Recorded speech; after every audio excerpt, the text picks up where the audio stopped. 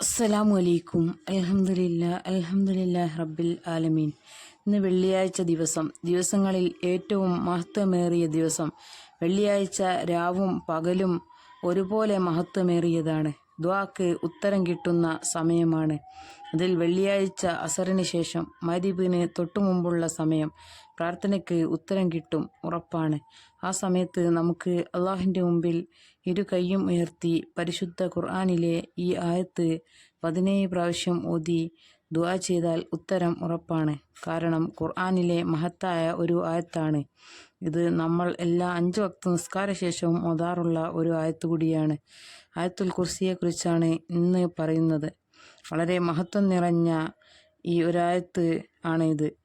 ഇത് ഓതുന്നവന് ദുനിയാവിലും ആഖിറത്തിലും ഒരുപാട് നേട്ടങ്ങളുണ്ട്. ഇത് വെള്ളിയാഴ്ച അസർ നിസ്കാര ശേഷം 17 പ്രാവശ്യം ഓതി ദുആ ചെയ്താൽ ഉത്തരം ഉറപ്പാണ്.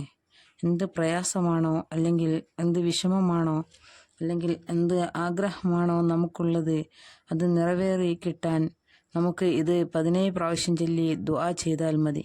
നല്ല ഇഖ്ലാസോടെ ശ്രദ്ധയോടെ ഒറ്റയ്ക്ക് ഒരു സ്ഥലത്ത് ഇരുന്നു കൊണ്ട് കിട്ടും എന്ന ഉറപ്പോടെ ഓതി ദുആ ചെയ്യുക. ആയത്തുൽ കുർസി ഓതിയാൽ തന്നെ ഒരുപാട് നേട്ടങ്ങളുണ്ട്. ആയത്തുൽ കുർസി അല്ലാഹു തആല മുത്തുനബി സല്ലല്ലാഹു അലൈഹി വസല്ലമ തങ്ങൾക്ക് ഇറക്കി കൊടുത്തപ്പോൾ 70,000 മലക്കുകളുടെ അകമ്പടിയോടെയാണ് ഇറങ്ങിയ ഈ ആയത്ത്.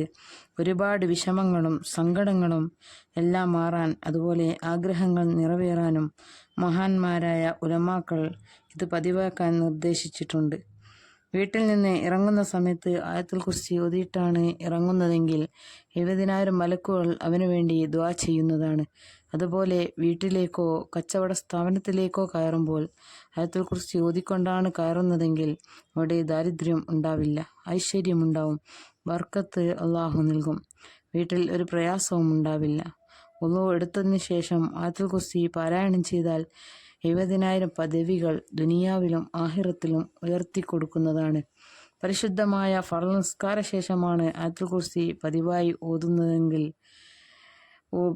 ഓതുന്നതെങ്കിൽ നല്ല തഖ്വയോടെ ഇഖ്ലാസോടെ ആണ് ഓതുന്നതെങ്കിൽ സ്വർഗത്തിൻ്റെയും അവൻ്റെയും ഇടയിൽ മരണമെന്ന ഒരു മറ മാത്രമേ ഉള്ളൂ എന്ന് നബി സല്ലല്ലാഹു അലൈഹി വസല്ലം തങ്ങൾ പറയുകയാണ്. ഇത്രയും മഹത്വങ്ങൾ നിറഞ്ഞ ആയത്തുൽ കുർസി ഓതി നമുക്ക് ദുആ ചെയ്താൽ ഉത്തരം ഉറപ്പാണ്. ആയത്തുൽ കുർസിയിൽ അള്ളാഹുവിൻ്റെ 18 പേരുകൾ അടങ്ങിയിട്ടുണ്ട്. ഈ ആയത്ത് ഓതിയാൽ ഇനിയും ഒരുപാട് നേട്ടങ്ങളുണ്ട് ഇൻഷാ അല്ലാഹ്.